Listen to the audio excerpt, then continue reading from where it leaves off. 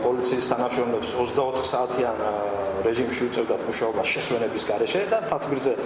განუცხადეს თავის ხელმძღვანელობას, რომ გრაფიკი ცოტათი შემსუბუქებული იყო, თუმცა აქედან გამომდინარე ნაცვლად იმისა, რომ შეემსუბუქებინათ სიტყვიერი შეურაცხყოფა მიაყენეს თანამშრომლებს და მოხდა ის ფაქტი, რომ მათ პოლიციის შენობაში არ შეუშვეს ადმინისტრაციულ შენობაში პოლიციის პროსტა მოადგილეს. სახლებშიც კი ვერ მიდიან მოსაწესრიგებლად და ოჯახების სანახავად პოლიციელები. ეს არის იმის ბრალი, რომ თავარი სამმართველოს ხელმძღვანელობა არასწორი მენეჯმენტით მართავს რაიონულ სამმართველოებსა და